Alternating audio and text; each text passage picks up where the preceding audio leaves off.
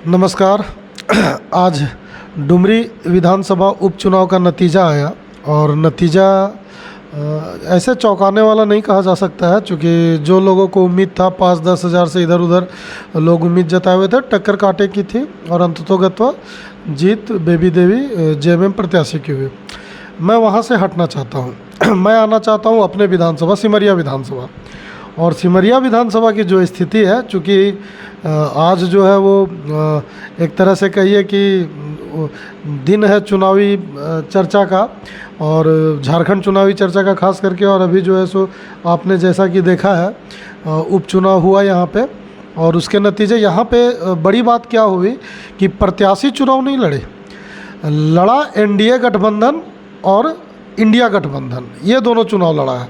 आप स्पष्ट देखें, भाजपा के 3 पूर्व मुख्यमंत्री मैदान में, रघुवर दास, बाबूलाल मरांडी, अर्जुन मुंडा, उसी तरह से सुदेश महतो, केंद्रीय मंत्री और पूरा कुनबा, एनडीए के जितने भी घटक दल हैं उनका पूरा कुनबा, और इंडिया का जितना गठबंधन है उसका पूरा जेएमएम, कांग्रेस, राजद, सारे लोग रहे। अब इस चुनावी रणनीति को देखते हुए हम आते हैं सिमरिया विधानसभा में। और सिमरिया विधानसभा में बड़ी बात यह है कि एक अनार 100 बीमार, ये कहानी चल पड़ा है। और इस कहानी का नतीजा क्या होना है आपको पता है। सोचिए कि जिनकी राजनीति चुनाव में लड़ने की इच्छा है, उनकी समझ को भी मैं एक तरह से क्या कहूँ, ना समझ कहूँ तो ज़्यादा बेहतर होगा, चूँकि अब जिस तरह का दंगल धीरे धीरे चुनाव में आ रहा है, आप देखेंगे कि मेरा एक अनार 100 बीमार कहने का तात्पर्य है भाजपा से। आप भाजपा के लिए सिमरिया विधानसभा में देखेंगे कि स्थानीय विधायक अभी भाजपा से हैं, और उसके बावजूद भाजपा से टिकट लेने के लिए उज्जवल दास जी हैं, सुजीत भारती जी हैं, सीमा पासवान जी हैं, जीतन राम जी हैं, एसी मोर्चा से रंजय भारती जी हैं, और भी कई नाम हैं। मैं केवल सिमरिया विधानसभा का बात कर रहा हूँ, और भी कई नाम, और ये सारे क्षेत्र में सक्रिय हैं। सबको लग रहा है कि हम टिकट ले लेंगे, जबकि स्थानीय जो अभी वर्तमान विधायक हैं वो भाजपा से हैं। अब उनका पता नहीं टिकट क्यों कट जाएगा।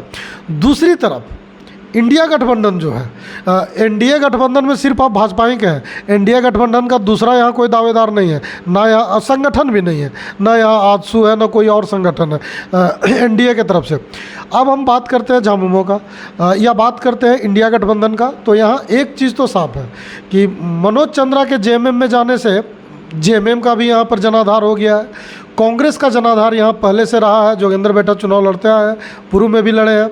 और राजद, चूँकि यादव बहुल क्षेत्र है और राजद भी यहाँ पर है, लेकिन राजद का कोई अभी तक उम्मीदवार निकल कर नहीं आया। लेकिन आपको ताज्जुब होगा कि जेएमएम मतलब इंडिया गठबंधन से मात्र 2 उम्मीदवार। और अब जबकि सबको पता है, राजनीतिक समझ देखिए, सबको पता है कि चुनाव आपको नहीं लड़ना है, चुनाव लड़ना है गठबंधन वर्सेस गठबंधन, एनडीए वर्सेस इंडिया। और उसके बावजूद इतनी असमझ, अपरख, मैं तो इसमें मनोज चंद्रा जी को दाग दूंगा, मैं उनका कि उन्होंने समय को भापा और वो एक मजबूत, चूँकि इंडिया गठबंधन की और उन्होंने अपना रुख इख्तियार किया और जेएमएम के पाले में चले गए, चूँकि उनको पता था कि अगर हम यहाँ से रहते हैं एनडीए गठबंधन से, यहाँ हमको कुछ मिलना नहीं है, और उन्होंने समय रहते। अब बाकी जो उम्मीदवार है भाजपा से, वो पता नहीं किस आस में, लगता है उनको बूढ़ा होंगे तब टिकट मिलेगा, या एक के बाद एक। अब मतलब उनको चुनाव अब लड़ना भी नहीं है, लड़ना है गठबंधन को। और उसके बाद उनको ये नहीं पता है कि हमको समय रहते किस पार्टी में जाना है, किस पार्टी का दामन थामना है। तो आप एक अनार 100 बीमार वाली घटना पे कायम रहे, आप भाजपा से टिकट के लिए अड़े रहे, और भाजपा आपको देगी कि नहीं देगी, या नया किशुन दास इस बार भाजपा ले आएगी, आप सब लड़ते रह जाएंगे, पता चलेगा एक नया व्यक्ति, भाजपा ने किसी नए व्यक्ति को टिकट दे दिया। तो ये सारी स्थिति भाजपा में, उसके बावजूद आप इतनी संख्या में भाजपा में बने हुए हैं। अच्छी बात है, ये आपकी सूझबूझ है, लेकिन मैं एक पत्रकार के नाते मुझे ये बात कुछ समझ में नहीं आ रही। क्योंकि आपको अगर चुनाव लड़ना है, जीतना है, विधायक बनना, या तो आपको एक इंडिया या एनडीए को चुन लेने में ही फ़ायदा है। और जो गठबंधन में आप इतने सारे दावेदार दिख रहे हैं, वहाँ आपका राजनीतिक भविष्य, माफ़ कीजिएगा, मुझे नहीं दिखाई पड़ रहा है। धन्यवाद।